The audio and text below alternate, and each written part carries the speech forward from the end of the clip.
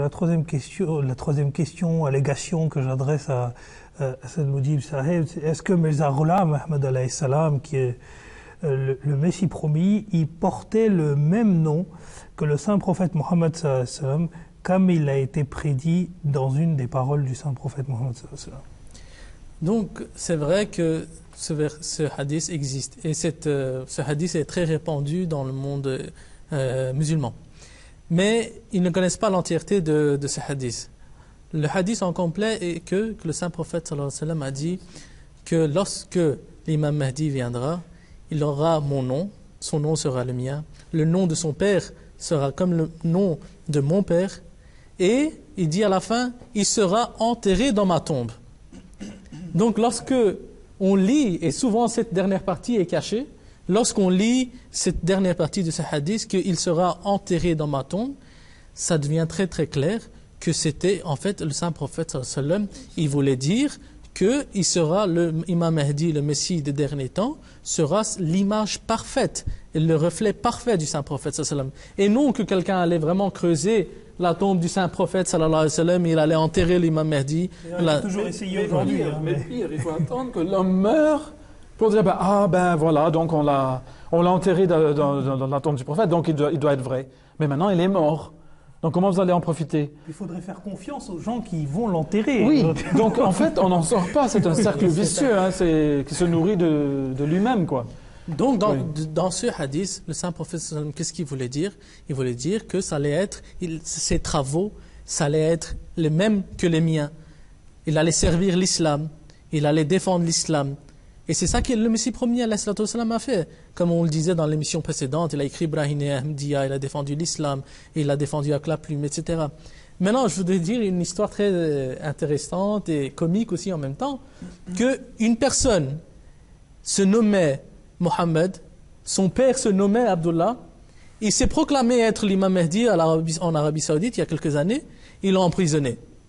Donc il y a une personne d'après vous, comme le dit le hadith, et ils ont... Il y en avait même un, c'est pas le premier, il y en avait d'autres aussi, qui s'appelaient Mohammed, etc. Leur papa était Abdallah. Il y en a même qui disaient que ma mère même s'appelle Amina. Et ils se sont déclarés imam Mahdi, ils ont été fusillés sur place. Donc, c'est ça, il faudrait faire confiance en fait à la personne. Oui. Donc si ce n'est que cela, eh bien, cette personne-là accomplit la prophétie, donc on doit quand même lui faire un petit peu confiance. Donc en fait, tout cela ne rime à rien. Ils sont en train de faire des demandes qu'ils ne veulent pas s'imposer à eux-mêmes. Vous voyez? Il faut regarder que est-ce qu'il y avait seulement cette prophétie-là, ce hadith-là? Il y en a tout plein d'autres que le saint prophète sallallahu alayhi wa sallam a prophétisé. Il y avait l'éclipse lunaire solaire qu'on a déjà discuté dans les programmes précédents, que le saint prophète sallallahu alayhi wa sallam, il a dit ça, ce sera la plus grande des prophéties, la plus grande des miracles qu'il y aura pour argumenter pour la venue de ce imam Mahdi. Pourquoi lorsque cette prophétie-là a été accomplie, ils cherchent encore le nom et le prénom et le nom du papa, etc. Mais ils oublient encore une fois, ils cachent la vérité, quand ils cachent ce dernier morceau, qu'il sera enterré dans ma tombe, et puis ça devient très clair que personne ne sera enterré, personne ne va aller creuser la tombe du saint prophète sallallahu alayhi wa sallam, et ça voulait seulement dire qu'il aura les mêmes traits que moi, il sera mon image parfaite. Mais il faut dire quand même que la prophétie s'est accomplie de façon littérale dans un sens. Le nom Ahmad ressemble au nom Mohammed sallallahu alayhi wa sallam. Mohammed signifie celui qui est loué à l'extrême et Ahmad signifie celui qui est très loué. Donc déjà il y a une ressemblance.